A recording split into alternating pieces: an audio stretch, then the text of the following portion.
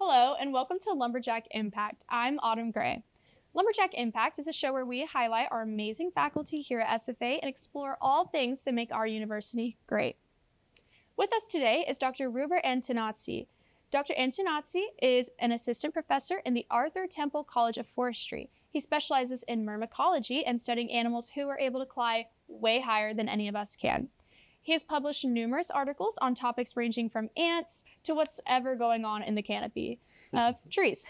He also is very passionate about his agricultural research. Dr. Antoniazzi, welcome to the show. How are you doing today? I'm doing great. Thank you for having me. Absolutely. So first, let's start off by talking about you, of course. What sparked your initial interest in your research? Well, I started as a little kid, very interested in insects, and I was very passionate about the life. When I started reading, it was very funny because my dad used to bring some encyclopedias to my place, to home, and I used to read them when I was starting reading. So I always loved it, way before internet, and all that kind of research that the new kids have now. And then I started studying law.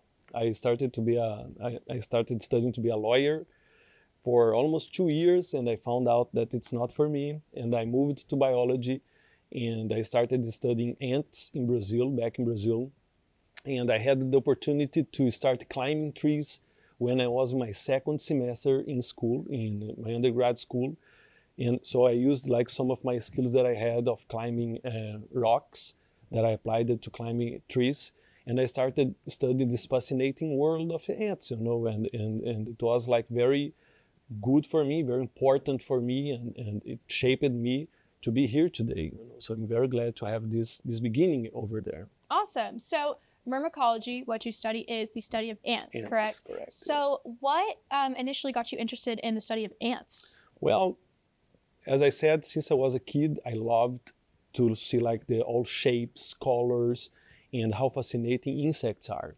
Before I started my undergrad, I was very interested in beetles, and they are the most diverse group of arthropods that we have around. So, but I had this opportunity with ants with one professor. His name is Sérgio Ribeiro, in Brazil, and he had the branch to study ants from the TEAM, Tropical Ecology Assessment Monitoring, one worldwide program that has branches with camera traps worldwide, but they had this branch at this time with ants, and we usually to go to a very pristine area in the tropical forest where there are lots of jaguars, tapirs, and all these kind of animals, and we used to study ants over there.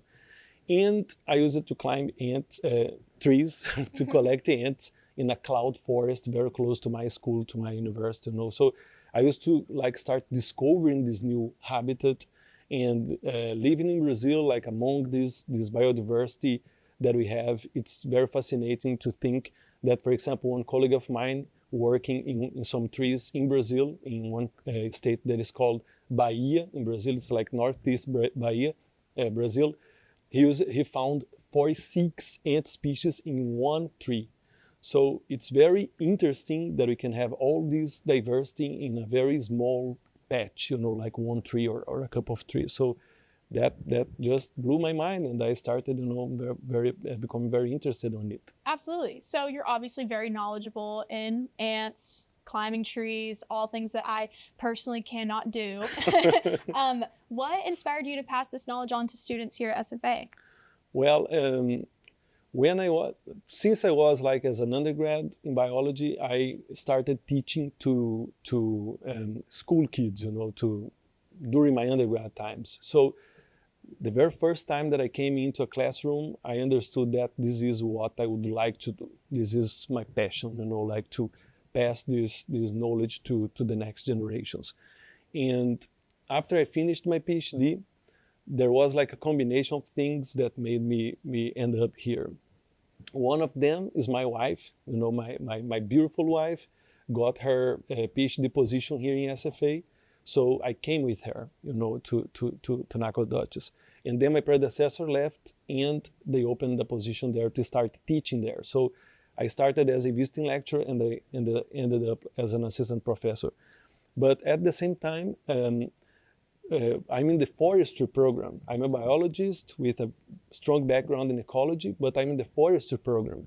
And combining my skills to climb trees and the understanding of wildlife management and putting the wildlife management in another level, in another height, that is fascinating for me, and I think that benefits students in understanding that there is something else other than looking on the ground, like looking on things that we can see just walking on a forest. But now it's like looking to the forest from the above, and I love this perspective, and I believe that can be helpful for students and useful for them for their careers. Absolutely. So now kind of shifting to articles you've published. You recently published an article about mammals that are capable of climbing in Nacogdoches. What was your role in that? Well, that, to be honest, that was a pilot study. We do pilot studies when we go to the field and try new things and try one new approach or one new habitat or new equipment or new tool. And what happened is that I placed some cameras in the canopy to see if we would capture something there. And it ended up that we captured like lots of southern flying squirrels, and even the common animals that we have around, that we know they are around, as the eastern gray squirrel and fox squirrels. Most of people don't know, but in Nacogdoches we have the two species of squirrels. They are fox squirrels and eastern gray squirrels. Did you know that? I did not.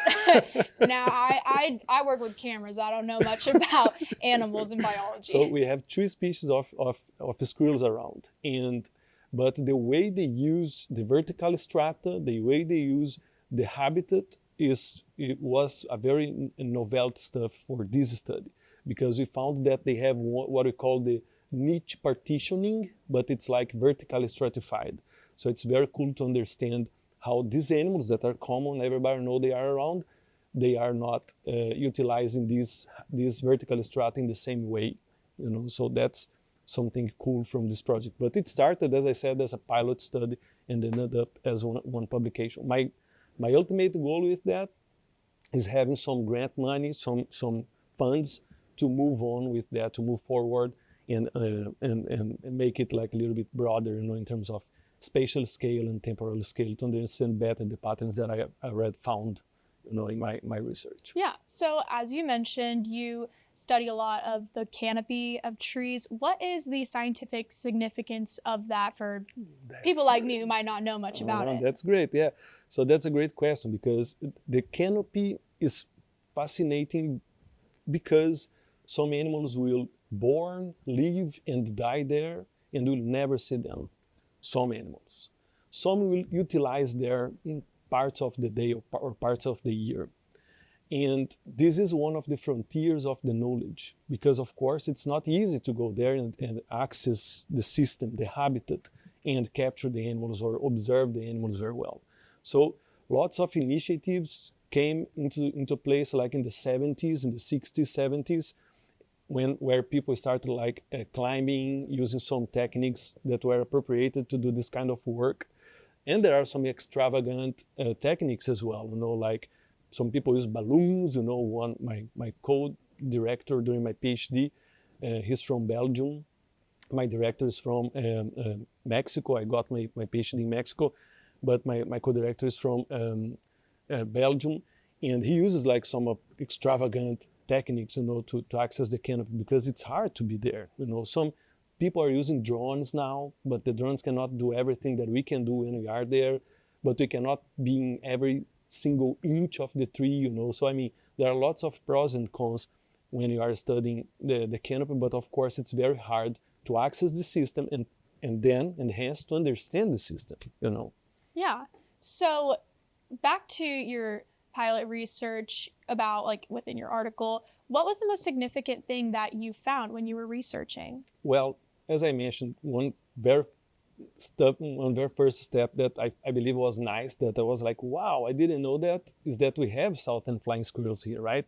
And if you are living in Nacogdoches, you might know where is like Colonial Hills, Colonial Heights, it's like behind the Chevron, the Pizza Hut. In that neighborhood, I used to live there, and I had cameras placed in my yard there, and I found flying squirrels there. So you have it in your yard maybe, and you don't know, but they are around, but they are very elusive. They only go to forage like during the night, So they are animals that we are not seeing a lot. Sometimes you'll see one like that died, or like around, but it's not like a very common animal to see. So I was very, wow, that's cool that we found it.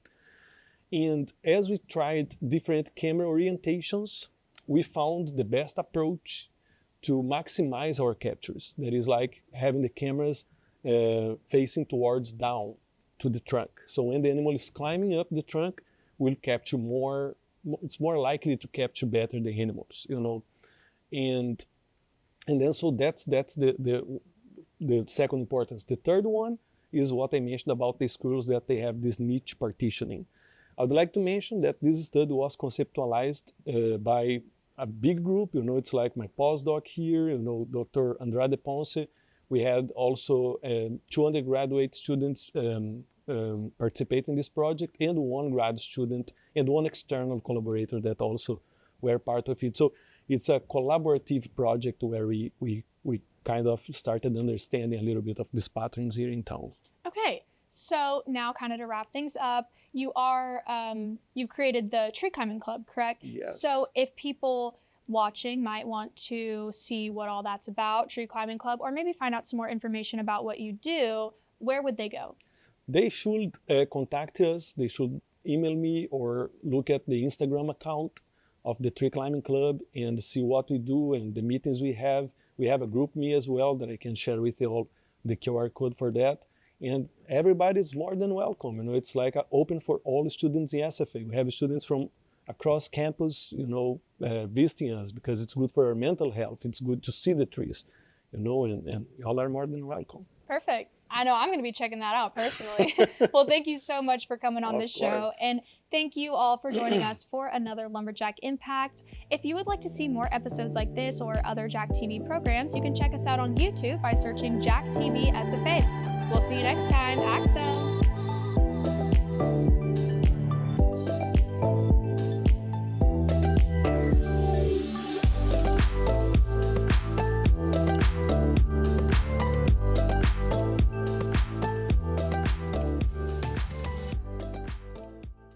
This program is brought to you by the Department of Media and Communication at Stephen F. Austin State University.